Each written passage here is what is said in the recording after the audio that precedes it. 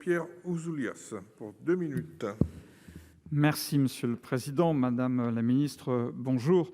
Ma question, un peu technique, porte sur la loi du 30 juillet 2021 relative à la prévention des actes de terrorisme et plus particulièrement sur son article 25 qui concerne les archives publiques et pour lequel le Conseil constitutionnel a émis 2 réserves majeures d'interprétation.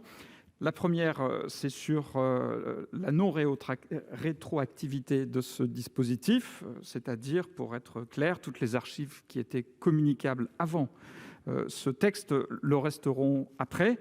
Et ma question est simple, c'est comment vous allez organiser concrètement et pratiquement cette obligation ?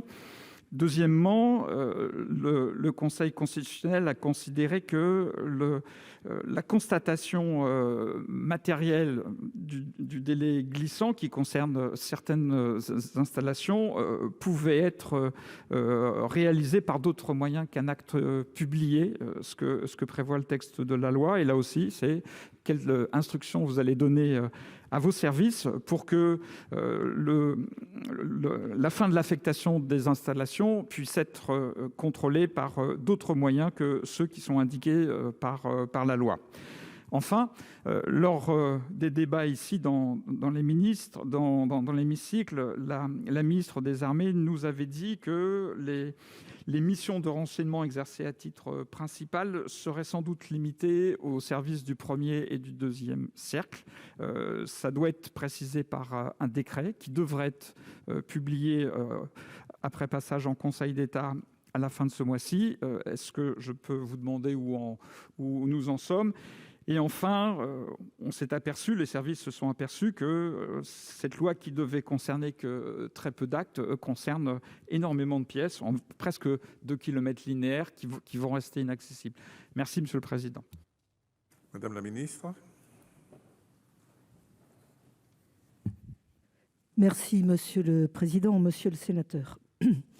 Donc, ça fait 6 mois que les dispositions relatives à l'accès aux archives les plus sensibles sont appliquées.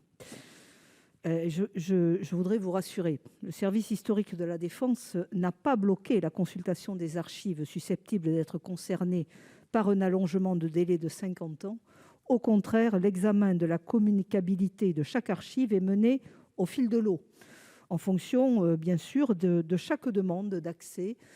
Cette communicabilité est arbitrée.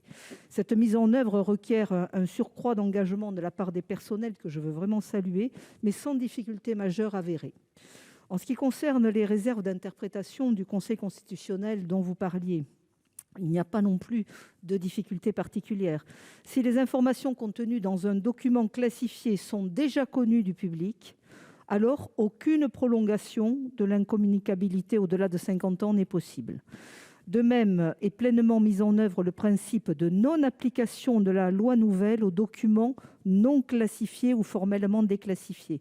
Donc les documents qui étaient déclassifiés le restent. La seconde réserve, pour sa part, n'exige aucune démarche particulière de la part des archives et du service historique de la Défense.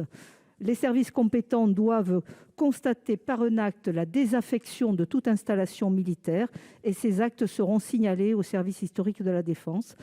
Si une installation devait se trouver désaffectée sans qu'elle ait été officiellement constatée, eh bien, l'usager peut apporter lui-même la preuve de cette désaffection et le SHD ne pourra écarter au seul motif de l'absence d'une constatation officielle. Enfin, vous me parliez du décret d'application qui reste à prendre désignant les services de renseignement du ministère de l'Intérieur concernés par ces nouvelles dispositions. Ce décret sera publié en mars prochain. La parole est à Monsieur Jean-Marc Todeschini pour 2 minutes.